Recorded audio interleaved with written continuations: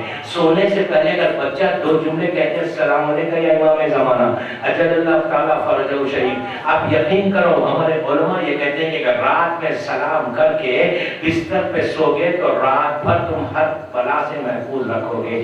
رات میں نیند میں موت نہیں آئے گی, تمہارا کوئی تکلیف نہیں ہوگی, موت سے بچو گے, بیماریوں سے بچو گے, ہر پریشانی سے بچو گے, زہریلے جانوروں سے بچو گے.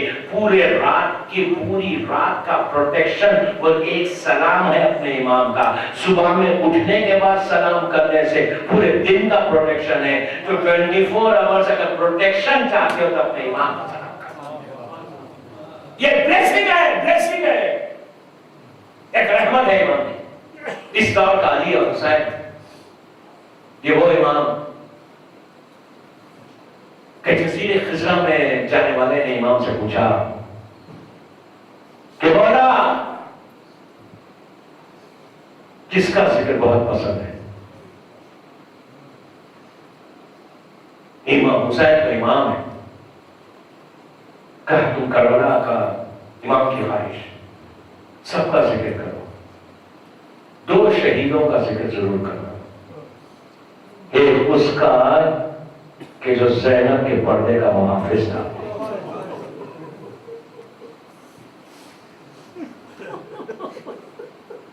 ایک اس شہید کا ذکر ضرور کرنا جو میری دادی کے پردے کا محافظ تھا, جو سیلانیوں کی دل کی ڈھارس تھا. اس کے بعد کہا کہ اس شہید کا ذکر بھی ضرور کرنا کہ جس کی ماں کا دودھ خشک ہو چکا تھا. یہ فرزند زہرا کی خواہش, ہر معصوم نے خواہش کی کہ اس بچے کا ذکر ضرور کرو, اس علی اصغر کا ذکر ضرور کرو. واقعہ کربلا کے عرصے کے بعد منہال کوفے سے مدینہ آیا. چوتھے امام سے ملاقات کر کے اس نے کہا مولا کیا آپ راضی ہیں, مولا خوش ہیں؟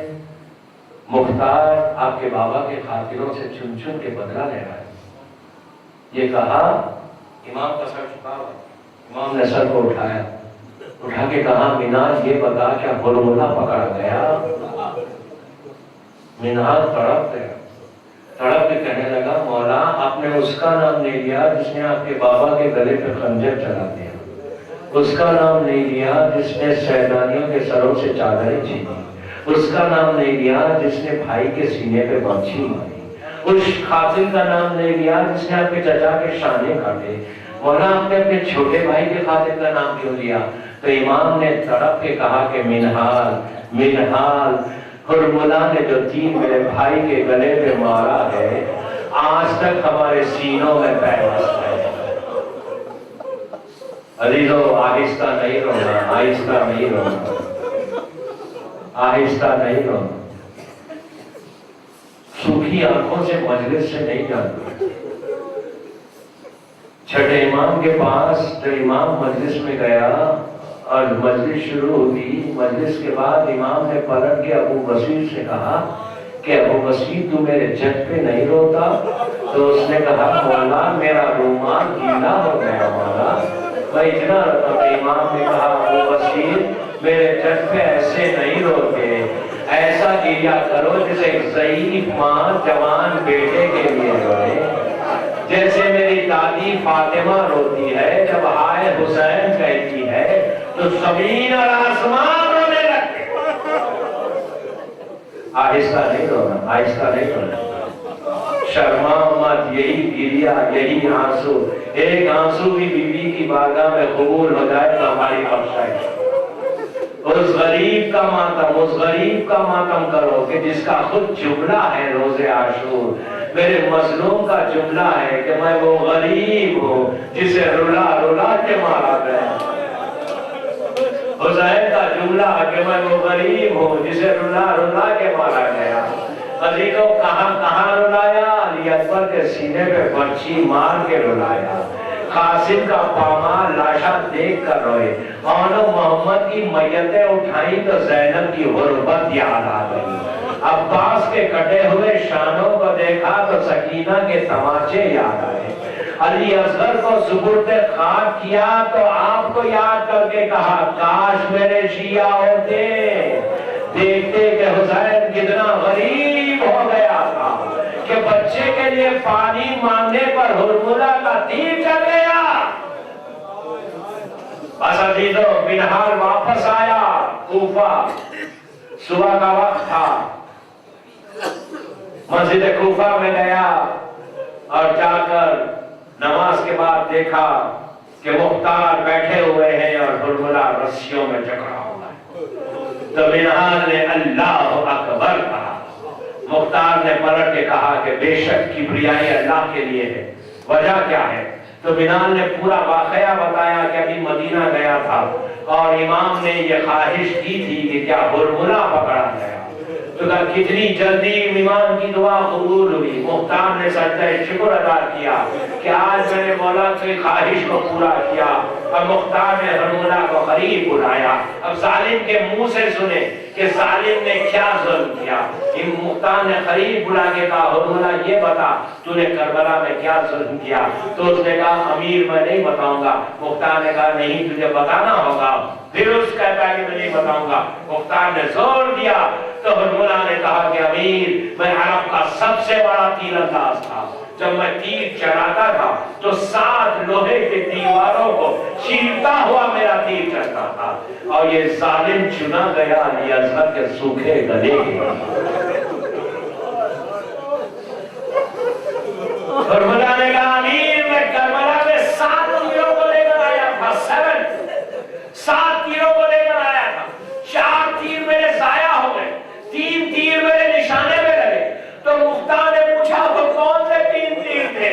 تو ہرملہ نے کہا امیر میرا پہلا تیر وہ تھا جب عباس پانی لے کے باہر آ رہے تھے. وہ میرا تیر تھا جو مشق سکینہ میں چلا. عباس کی امیدوں میں پانی گر گیا. دوسرا تیر وہ تھا جب حسین آخری لمحات میں گھوڑے پر جھوم رہے تھے. میں نے پیشانی میں تیر مارا. فاطمہ کا لال گھوڑے سے زمین پر آ گیا. تیسرا تیر وہ تھا جب حسین بچے کو لے کر آئے اور سوال عام کر رہے تھے. عمر صاحب نے کہا تھا کہ اس بچے کو ختم کر دے. میں نے نشانہ لگایا ہاتھ سے تیر زمین پہ گر گیا. دوسری مرتبہ یہی ہوا تو عمر صاحب نے کہا کہ ہرملہ ایک بچے کو نشانہ نہیں لگا سکتا. ارے ہرملہ تجھے کیا ہو گیا؟ تو میں نے کہا عمر صاحب جو میں دیکھ رہا ہوں وہ تو نہیں دیکھتا. جب میں نشانہ لگاتا ہوں خیمے کا پردہ ہٹتا ہے. ایک بیوی ہے جو پکار کے کہتی ہے ارے میرا بچہ پیاسا ہے, میرا بچہ پیاسا ہے. تیر چلا.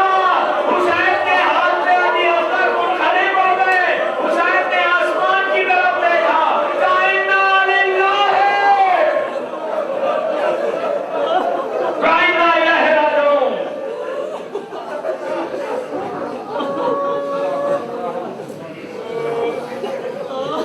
حسین آہستہ آہستہ علی اصغر کو لے کے خیمے تک پہنچے. ماں دروازے پہ کھڑی ہوئی تھی. بس میں نے زحمت کو تمام کیا. شب جمعہ ہے. بیوی کی بارگاہ میں ایک آنسو بھی پہنچ جائے تو یہ ہماری معراج ہے کہ میری شہزادی اور شہزادی آپ سے کچھ نہیں چاہتے. اس رباب کو پرسا دو, اس رباب کو پرسا دو کہ جس کی گودی کربلا میں بھی اجڑی اور شام میں بھی اجڑی. کربلا میں علی اصغر چلا گیا, شام میں سکینہ چلی گئی. اس رباب کی ایک مصیبت اور اسی پہ مجلس تمام. بس عزیزو جب شام میں آخری لمحات میں سکینہ نے یہ کہا تھا کہ بھیا ہم نے پیاس کی بڑی شدت اٹھائی ہے، کسی ٹھنڈے مقام پہ ہم کو دفن کرنا، لیکن سکینہ کو ٹھنڈا مقام نہیں ملا۔ رباب کی نگاہ کے سامنے خبر بنائی گئی، بیٹی کو اتارا گیا، اور جب رہائی کے بعد جانے لگی اور جب تبرکات آئے تو ایک ایک چادر آئی، بی بی کو ایک ایک چادر دی گئی، ہر بی بی نے اپنی اپنی چادروں کو اٹھا لیا، سب چادریں اٹھ گئی، ایک چھوٹی سی چادر پڑی ہوئی تھی۔ رباب نے اس چادر کو اٹھایا، اٹھا کے دوڑتی ہوئی خبر سکینہ پہ گئی، جا کر چادر کو ڈال کے کہا بیٹی یہ تیری چادر ہے اور کچھ گوشت مارے تھے رکھے گا سکینہ، کوفہ شام میں تیرے کانوں سے خون بہتا تھا، یہ گوشت مارے بھی واپس آ گئے اور چادر بھی واپس۔